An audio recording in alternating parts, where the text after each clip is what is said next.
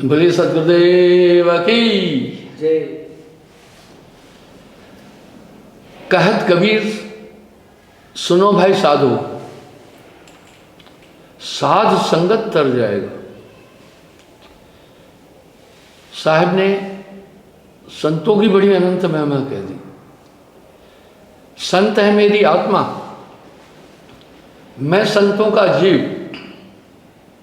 मैं संतों में यूं रहूं जस गोरस में घी।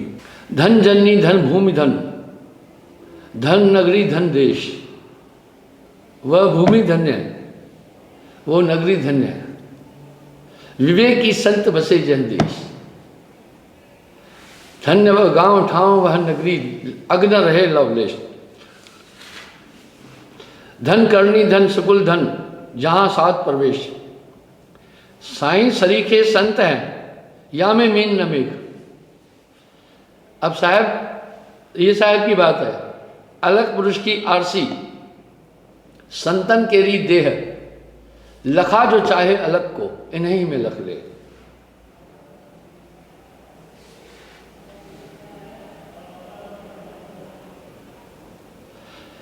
साईं सरीखे देख ले, बरतावे जो कोय। सप्तकोश जल चढ़ गया, जहां सात मुख हुए। वाह।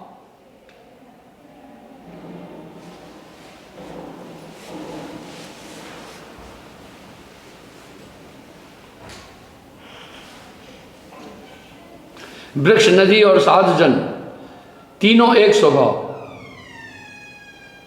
वृक्ष कभो ना फल बके, नदी न संचय नीर। परमारथ के कारण संतन धरा शरीर।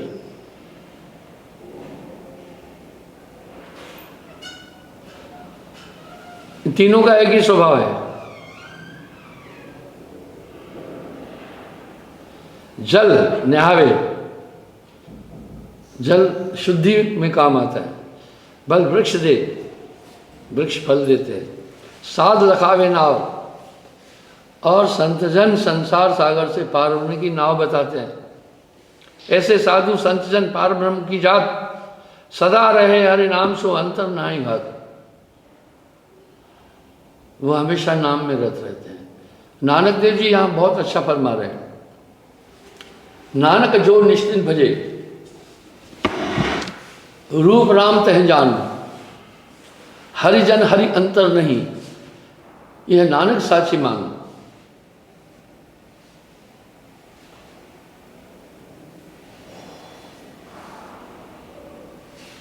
सात समुंदर कमल गति, माहे साई गंध।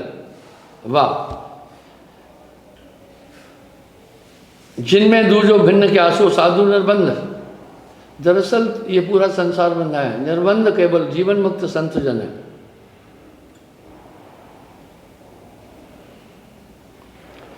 नौन है जे जो जल चढ़े कमल न भीजेगा। कितना भी जल चढ़े, कमल अपने को अलग रखता है। इस तरह और कीचड़ में खिलता है, अपनी खुशबू नहीं खोता है। इस तरह संत जन इस संसार में रहते हुए भी इस झूठे संसार का रंग अपने पर नहीं चढ़ने देते।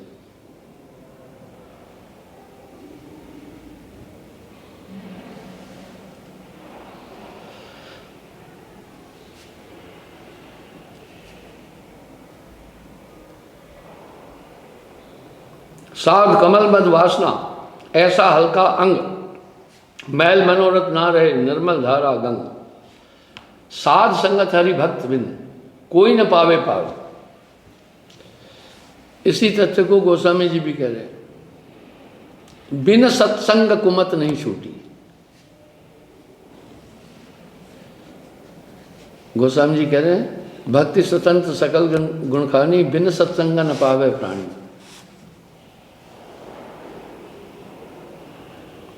निर्मल आदि अनादि है, गंदा सब संसार।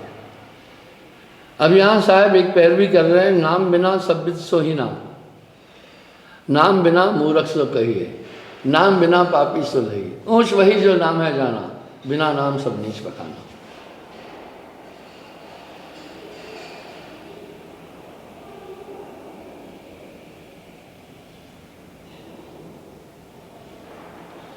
जो जल में पाषाण है, पाषाण पत्थर को कहते हैं।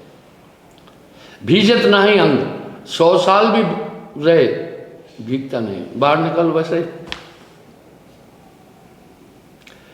चकमक लागे अग्नि है, कहाँ करे सत्संग।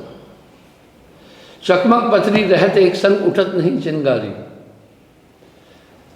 घर्षण से कहत कबीर सुनो भाई साधो, साध संगत तर जाएगा। कबरा संगत साध की, जो गंदी की बास, मोल तोल जो पे नहीं तो भी बास सुबास।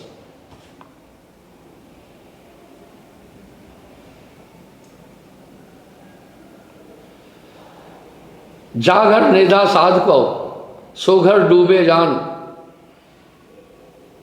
जिस घर में महापुरुषों की निंदा है वो घर डूबेगा ही डूबेगा, उसको कोई नहीं बचा सकता। संग सकल के मुकुट है, साईं साथ समान। वो मुकुट है, साईं सर के साध है, इन समतुल्य नहीं, तुल नहीं और। संत करे सोई होता है, साहेब अपनी ठोट। वाह, यहां पलटू साहब भी एक बात कह रहे हैं, साहब की दरबार में करता सबही संत, करता सबही संत, हुक्म में उनके साहिब। वाह, आप देखें वजह क्या है, वो निर्द्वंद है, अलेख है, अपने में समाहित है, उनसे उनकी तार जुड़ी है। करता सबही संत क्यों, वो अपने कंसंट्रेशन से वो पावर लाकर दुनिया में काम कर रहे हैं। संतों कारण सब रचा, सकल जमी आसमान, चंद सूर्य पानी पवन, जग तीरथ और दान। यूं बच्चा गौ की नजर में, यूं साईं और संत। वाह, हरिजन के पीछे फिरे भक्त बचल भगवान। मेरा साईं मुझको भजे, मैं सोऊं पांव पसार।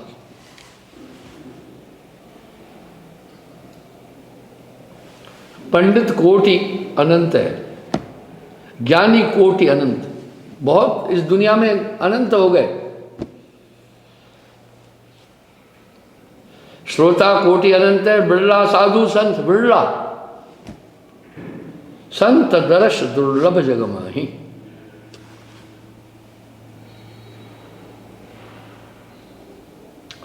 जिन मिलते सुख उपजे, मेटे कोटि उपाद। भुवन चतुर्दश ढूंढिए, परम स्नेही साथ। भुवन चतुर्दश, 14 लोक में। एक जगह फिर पलटू साहब और एक बात कह रहे हैं, 33 कोटि देव संत से सभी डरते। पलटू संत को पूजिए, दूजा पूज न कोई। बड़े धाकड़ वाणी में पलटू साहब ने अपनी वाणी बोली। पलटू साहब का अखाड़ा अभी भी अयोध्या में है।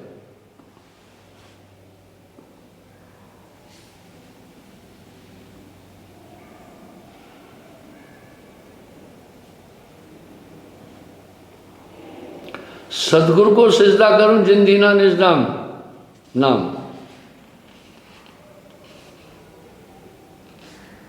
वैराग्य नाम है त्याग का। अब यहां है साहब जो वाणी में कह रहे हैं, जब तब संयम साधना, सब सिमरन के मां। कबीर जाने संत जन सिमरन समकछना है। हाँ, जब तब संयम साधना। जब आदमी एकाग्र होता है तो अंतर्ज्ञान खुल जाता है, और एकाग्रता का आयाम और संसाधन नाम से बेहतर और कोई भी नहीं हो सकता।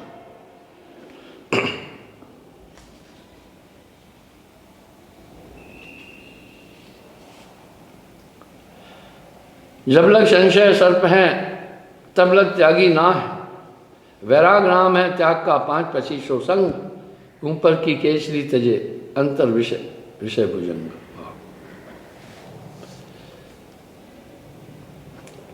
कुछ लोग ऐसे ऊपर की चिकनी कहे, भीतर से कुछ और।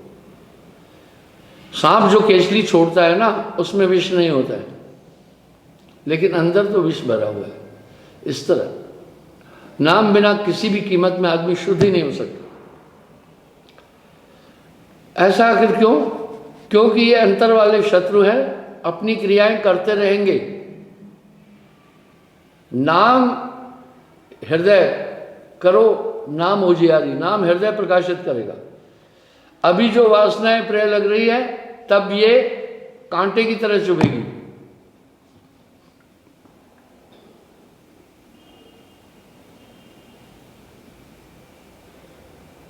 असन बसन सब तज गए गांव गिरोह ग्रह, माहे शंशा सूले दुर्लभ तजना। ये शंका का निराकरण होता नहीं है नाम के बिना।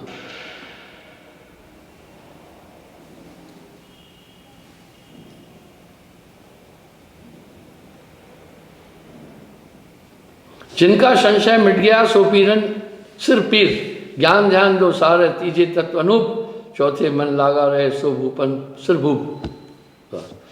जैसे माया मन रमा ऐसे नाम रमाए, बस तार निर्वार से रैन दिन लागी रहे, पल ही पल में ले जुबा। आप खुद अनुभव करेंगे, थोड़ा सुमरण बहुत सुख, जो कर जाने कोय, सूत न लगे बिलामना सहजे अति सुख होए।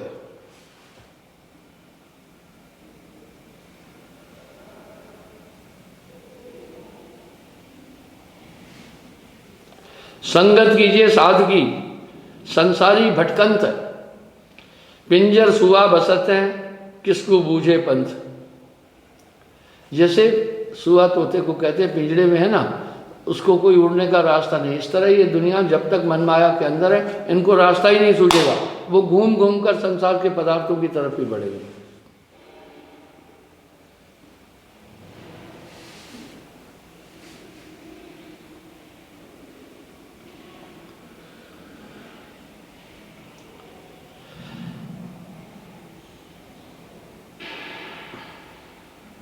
आपन तो संशय नहीं और उतारे खेप, उनमें खुद संशय नहीं है, आपको भी खेके उतारेंगे।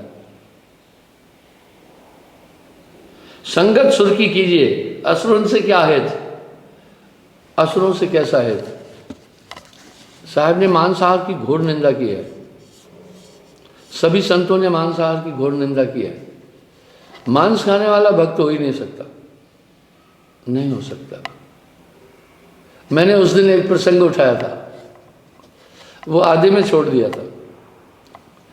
मुझे एक आदमी ने कहा, गुरुदेव आपके पंथ में बहुत लोग आना चाहते हैं, आपका सत्संग सुनते हैं, लेकिन थोड़े यहाँ नियम सख्त है, अगर इसमें थोड़ी ढिलाई दी जाए तो बड़े लोग आ जाएंगे। मैं कहा अच्छा।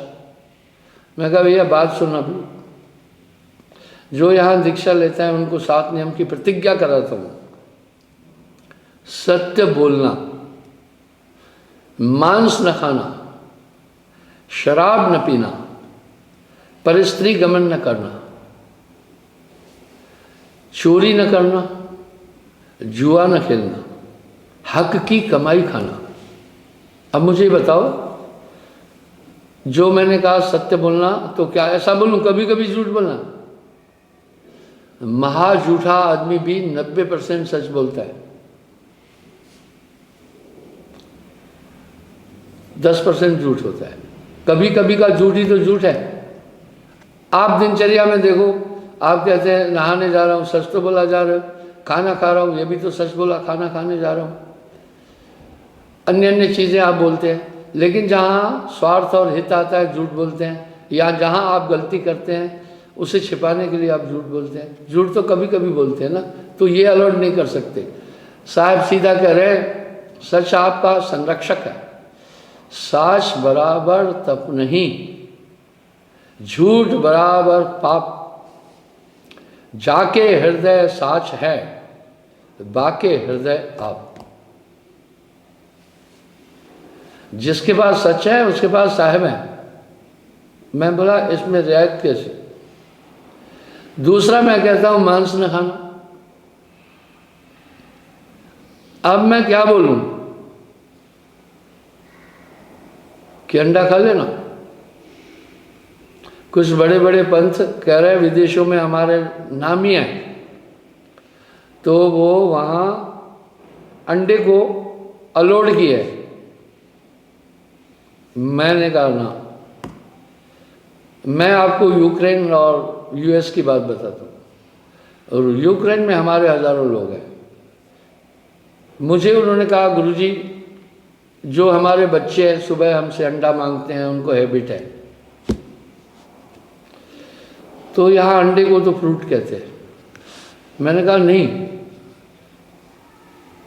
अंडे को अगर आप ध्यान से देखेंगे तो जो पीला है वो मुर्गे का बीज है, जो सफ़ेद है ये मुर्गी का रज है। पीले वाले से हड्डियाँ बनेगी, सफ़ेद से रज। ये कैसा फ्रूट है? ये तो 3 महीने तक तो आदमी माँ के पेट में भी अंडाकार में होता है। उनको आदत है, बच्चे आप आदत छुटाओ। मेरे छोटे भाई का एक पोतरू चॉकलेट बहुत खाता था, उसको मैंने समझाया, छोटा, मैं कहा पेट में दर्द होगा, दांत कमज़ोर हो जाएंगे, बीमारियां होगी, चॉकलेट नहीं खाना। लेकिन वो नहीं छोड़ रहा था। मैं धीरे धीरे समझाता गया, छोड़ दिया। इस तरह भैया अब उनको ये फिक्र है, उनको आपकी आत्मा से कुछ नहीं लेना है कि विदेशों में बहुत रुपया मिलता है, इसलिए वो अलाउड कर दिए। अच्छा जी, विदेश वालों को अंडा अलाउड है, इंडियन को नहीं, ये कैसा सिद्धांत है? मांसाहारी मानवा प्रत्यक्ष राक्षस जान, इनकी संगत मत करो, होए भक्ति में। अच्छा, फिर वहां पर ड्रिंक का है तो वो कह रहे हैं ठीक है, शराब नहीं पियो भाई, बियर पियो। सिस्टम दोनों का एक है, बियर से नशा नहीं होता है। मैं बोला भैया मैं बियर पीने की अनुमति नहीं दे सकता हूं। जहलक अमल सब हरामा। अब साहब एक बात बोल रहे,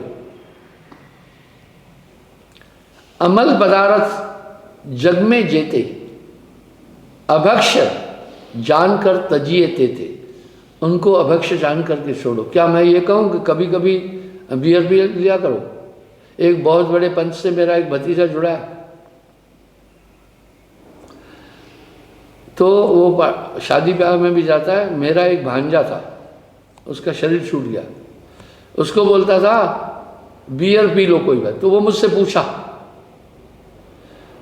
मुझे बोला गुरुजी बियर पीने के लिए वो फला आदमी बोल रहा है आपका भतीजा। मैं कहा बिल्कुल नहीं, वो भी नशा है। वो तो ये बात हो गई, आसमान से गिरे और खजूर पर लटक गए। फौज की बात बताता हूँ, एक आदमी बीड़ी पीता था काफ़ी, उसको जब समझाया बीड़ी छोड़, उसने बीड़ी छोड़ दी, तंबाकू खाने लगा। अरे मैंने उसको कहा भाई तंबाकू से तो बहुत ज़्यादा नुकसान है, माउथ कैंसर हो सकता है, तूने तो छोटा अमल छोड़कर बड़ा पकड़ लिया। इसलिए ये कंसेशन कैसे दी जा सकती। चौथा मैंने बोला भाई परिस्त्री गमन न कर। साहब ने सीधा सीधा बोला, पर नारी के रास्ते अवगुण है गुण ना है। रावण के 10 सिर गए पर नारी के मां। पर नारी पहनी छुरी मत कोई लाओ अंग। रावण के 10 सिर गए पर नारी के संग। अब यहां साहब क्या करें? अरे भाई जो पदार्थ रानी के वही कहानी के हैं, अपनी पत्नी तक सीमित रहे। हाँ, आगे का तो प्लान ये है, धीरे धीरे आप में वैराग्य लाना है, आपका ध्यान दुनिया के किसी पदार्थ में नहीं जाए। देखो साहब ने अपनी वाणी में बड़ी अच्छी नसीहत दी है। क्या कह रहे हैं? पर नारी का रासना अवगुण है गुण ना। पर नारी का रासना अवगुण है गुण ना। रावण के 10 सिर गए पर नारी के मां। पर नारी पहनी छुरी मत कोई लाओ अंग। रावण के 10 सिर गए पर नारी के संग। पर नारी का रासना जो लहसुन की घ्राण कोने बैठ के खाइए प्रकटे तुरंत। आपने देखा ना, टीवी पर भी देखता हूँ कभी कभी, एक आदमी ने अपनी औरत का मर्डर कर दिया। क्यों? उसके चरित्र पर शंका थी। ये ज़्यादा से ज़्यादा घटनाएं इसलिए हो रही है, एक सोशल लाइफ है। तो साहब ने आगे पता है क्या बोल रहे हैं? पहले पर नारी वर्जित कर रहे हैं, आगे क्या बोल रहे हैं वो भी ध्यान से सुनो। नार पराई आपनी भोगे नर कह जाए। अरे यहां तो ये कह रहे हैं नार पराई आपनी भोगे नर कह जाए, अपनी क्या पराई क्या। अब मैं अगर शुरू में पहले ये उपदेश देता था, कम लोग आते थे, गुरुदेव ने कहा नहीं मधु, पत्थर के नीचे हाथ अगर आ गया तो धीरे से निकालना है, पहले उसको उसका छिनरापन मिटाओ, फिर धीरे धीरे वैराग्य की तरफ ले चलो। निसंदेह संसार का कोई पदार्थ रहने लगे। नारी नदी अथाह जल, बूढ़ मुआ संसार, कहे कबीर कोई ऊपरे, ले सतगुरु आधार। फिर आगे क्या बोल रहे हैं भाई, मैं नहीं बोल रहा, साहब की वाणी है।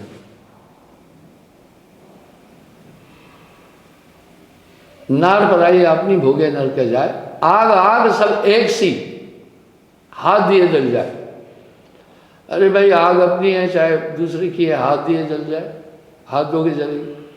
छुरी पराई आपनी काटे दर्द ना होए। अरे छुरी अपनी है चाहे पराई है, काटने से क्या दर्द नहीं हो।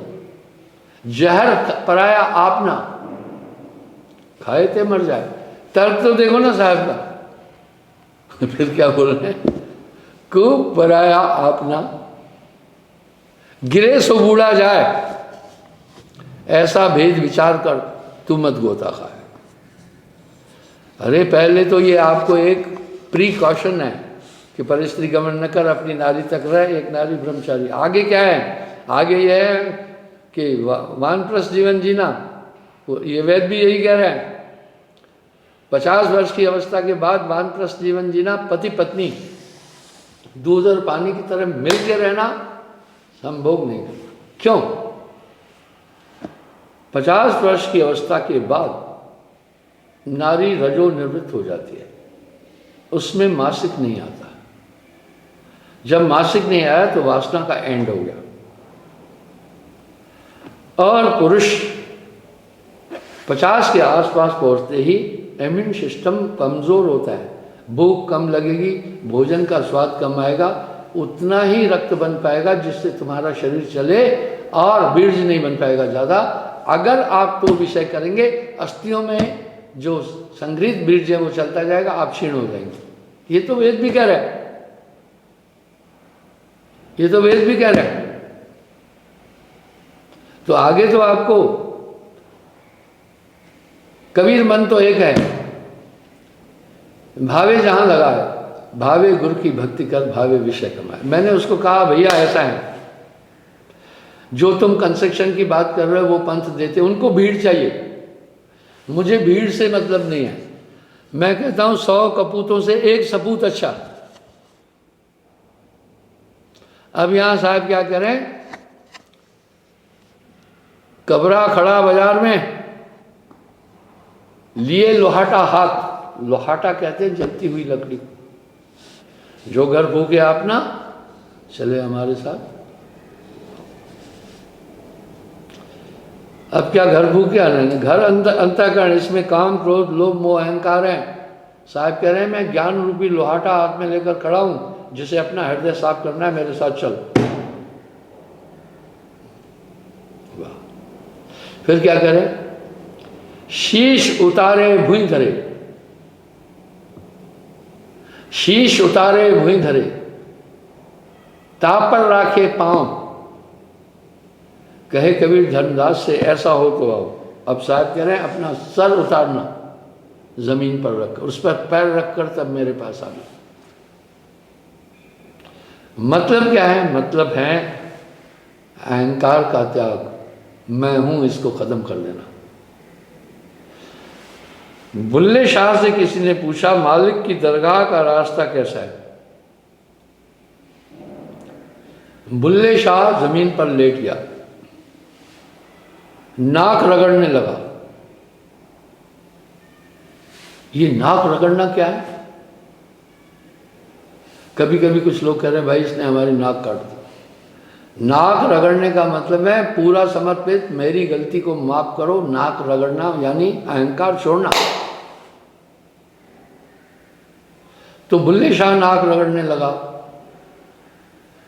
तो उस आदमी ने कहा, खूब घिस रहा था, महाराज मैंने आपसे सवाल किया मालिक की दरगाह, मालिक तक जाने का रास्ता कैसा है, आप तो नाक रगड़ रहे हैं। बोला यही अड़ती हैं, जब उसकी दरगाह में निकलना हो तो ये अड़ जाती है, इसलिए इसको कटाना पड़ता है।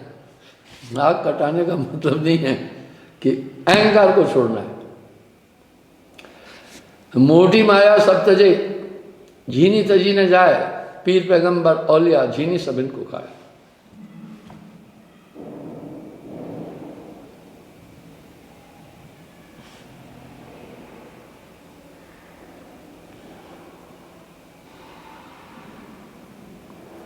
संगत सुर की कीजिए, असलन से सो क्या है, डार मूल पावे नहीं जो मूली का खेत। मूली का खेत ऐसे उजड़ जाता है, कुछ नहीं रहता। इसलिए असुर साहब यहां क्या कह रहे हैं, मांसाहारी मानवा प्रत्यक्ष राक्षस जान, प्रत्यक्ष राक्षस बोला, इनकी संगत मत कर होए भक्ति में हान। मांसाहार में 8 लोग अपराधी है। जैसे भाई कोई आतंकवादी है तो उसमें जो फंडिंग दिया वो भी तो अपराधी है, जिसने संरक्षण दिया वो भी अपराधी है, जिसने शस्त्र दिए वो भी अपराधी है, जिसने गाइड किया, रास्ता दिया वो भी अपराधी है। वो सब अपराधी होते हैं। इसी प्रकार मांसाहार में 8 अपराधी होते हैं।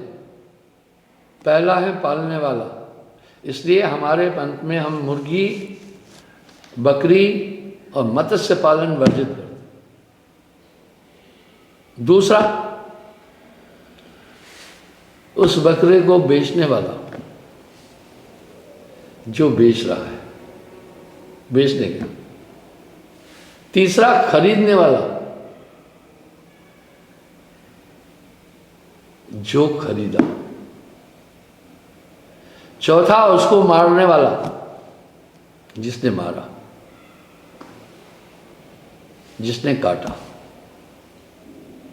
छठा, वो मांस को बेचने वाला।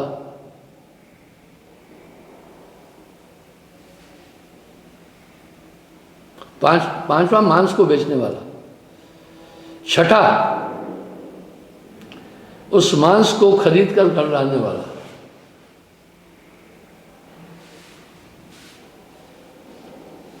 और 7वां, बनाने वाला, परोसने वाला। वाह। 8वां, साथ बैठकर खाने वाला।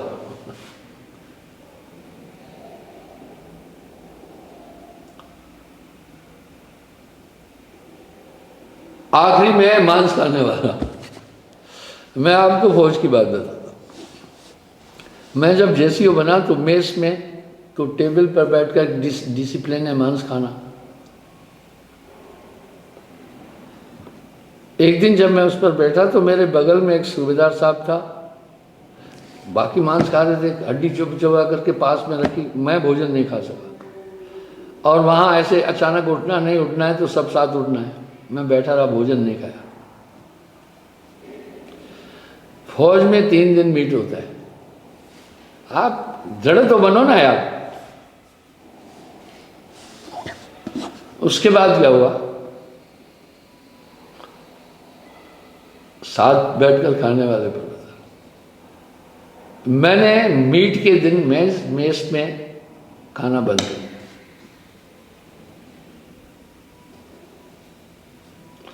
मुझे एसएम साहब ने कहा, मेरे सीनियर ने, साहब आप मेस अटेंड नहीं करते रात में। मैं कहा साहब मीट वाले, मैंने उनसे एक रिक्वेस्ट की। मैंने कहा सर क्या मैं मीट वाले दिन अलग बैठकर रोटी नहीं खा सकता? बोला नहीं, इंडियन आर्मी में ऐसा प्रावधान नहीं है। वो बेचारा ठीक बोला। बोला साहब ये एक अलग ट्रेडिशन हो जाएगी, कैसे अलाउड करूं आपको बाकी सबसे अलग बैठ के खाना। हालांकि कुछ पंथ के लोग उसमें थे, बड़े बड़े पंथ के, वो बैठ के साथ खाते थे। तो मैंने उनको कहा साहब मैं क्या करता था, एक तवा रखा था जेसीओ बनने के बाद, मैं दूध बाजार से मंगा लेता था, गांव से पनीर बनाता, दूध पीता था। तो मैं 2 फुलके एक तवा था बना करके मटर पनीर की सब्जी बनाकर आराम से खाता था। तो कहने का मतलब है आप एक दृढ़ता तो रखो ना। इस तरह मांसाहार को महापाप बोला है। आप किसी प्राणी को मारते हैं ना, मैं आपको छोटी बात बताता हूं, आपके बच्चे को कोई पकड़ के ले जाए मारने के लिए, आप पर क्या बीतेगी।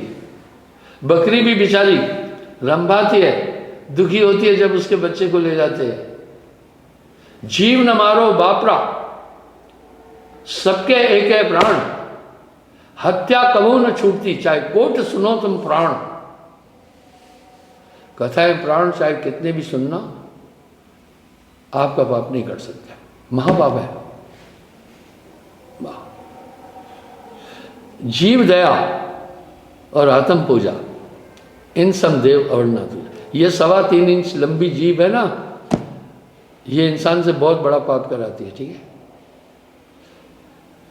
जिब्या स्वाद के कारण नर कीने बहुत उपाय। मैं लोगों से कहता हूं भाई, जिसको दूध हजम नहीं होता है ना, उसको दूध से बनी चीज भी नहीं हजम होगी, उसको खोआ हजम नहीं होगा, बर्फी हजम नहीं होगी, मलाई हजम नहीं होगी, रबड़ी हजम नहीं होगी, उसमें सार है, उसमें दूध का अंश। एक प्लेट में बकरी का रस डाल दें, एक प्लेट में बकरे का बीज, इसमें मंडे ओम, आपको कहें खाओ इसको चटनी की तरह, खाओगे? कहें घृणा लगेगी, शरीर इसी से तो उठा।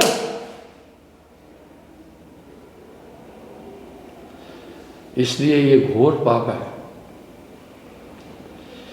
हमारा धर्म कह रहा है आत्मवतम सर्वभूतेषु, अहिंसा परमो धर्म। मैं तो यूं कह रहा हूं मांसाहार धार्मिक अपराध है, ईश्वरीय अपराध है, ये बहुत बड़ा अपराध है, सामाजिक अपराध है और वैज्ञानिक अपराध है।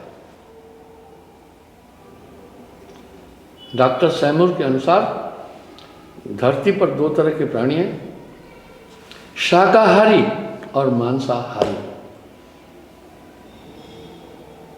इनकी पहचान भी है। जो मांसाहारी है वो जीभ से पानी उठाकर यूं पीते, पक्का वो मांसाहारी है।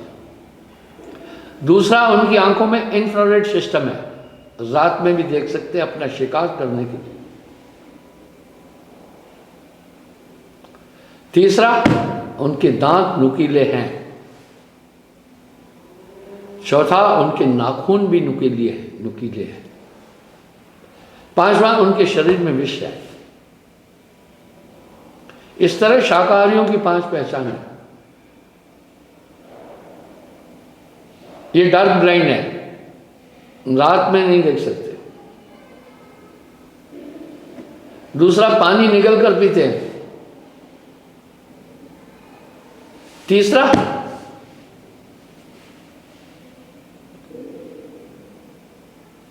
इनके नाखून चौड़े होंगे। चौथा, दांत भी चौड़े हैं। 5वां, जहर नहीं, जैसे गाय है, बकरी है, भैंस है, हिरन है, खरगोश हैं आदि। तो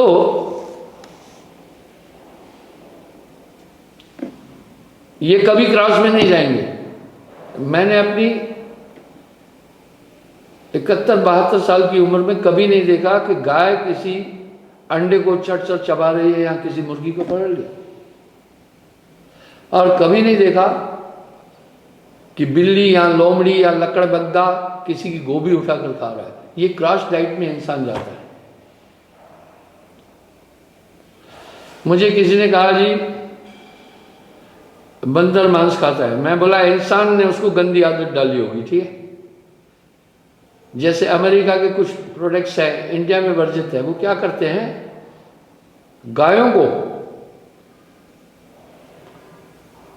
फीड में पिग ऑयल डालकर, सुअर का तेल डालकर देते हैं, तो उनकी जीभ में ये आया,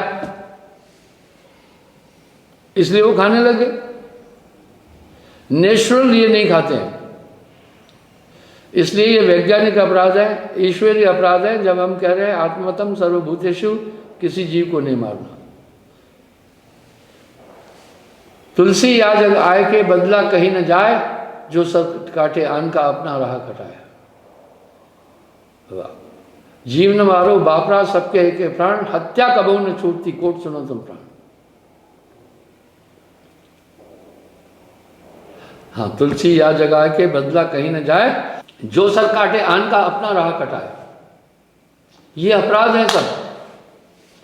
वेद भी कह रहा है कामी कुतो लज्जा, कामी में लज्जा नहीं होती, क्रोधी कुतो दया, इसलिए मांसाहारी क्रोधी होते हैं और वो शीतल होते हैं। एक प्रमाण सामने है, विश्व में सबसे दीर्घायु जापानीज की है, वो शाकाहारी है। 80 ईयर के आसपास उनकी औसत आयु है, इसलिए तंदुरुस्त रहेगा। नानक देव जी वाणी में क्या फरमा दिए, मांस पराया खाना, कुछ सुअर कुछ गाय। वाह, इस तरह बंधु ये एक तपस्या है, ये एक तपस्या है। इन नियमों का पालन करना बहुत बड़ी भक्ति है। इसलिए गुरुमुख होना क्या है, यही शब्दों का पालन करना, ये तपस्या है। आपके बच्चे को कोई मार के खा जाए, वाह, चाहे कितना भी कुछ आपका काम करे, आप उस पर कभी दयाल नहीं हो सकेंगे। ये सब छवि परमेश्वर की, इनसे भेदभाव क्यों। मैंने कविता लिखी थी, शिलाओं के श्रृंगार को फूल का बलिदान क्यों, पत्थरों के हर्ष को जीव का प्रणदान क्यों। ये सब छवि परमेश्वर की, इनसे भेदभाव क्यों। इंसान अपने हितों की पूर्ति के लिए कुछ चढ़ाता है देवते के पास, देवता बकरा खाएगा, देवता बकरा खाएगा, वो देवता नहीं हो सकता है। इसलिए बलि प्रथा की घोर निंदा होनी चाहिए। निरीह है, प्राणियों को नहीं मारना है। यही चीज तो महात्मा गांधी ने सब साहिब से ली, अहिंसा वगैरह, जीव दया और आत्म पूजा, इन सब देव और ने दूजा। गांधी जी का मंथन करोगे तो वहां से कबीर साहब निकल आएगा, ठीक है। उनकी माँ भी कबीरपंथी थी, उनके घर में लिखा हुआ था, श्वास श्वास प्रभु सुमर ले, वृथा श्वास ना खोए, ना जाने कि श्वास में आवन होए ना होए। अच्छा, समय हो गया, क्षमा चाहता हूँ। इस तरह नियमों का पालन करते चलना, ये बहुत बड़ा तप है। साच बराबर तप नहीं, झूठ बराबर पाप, जाके हृदय साच है, बाकी हृदय आप। तुझे बुराई क्या पड़ी थी, अपनी और साहब।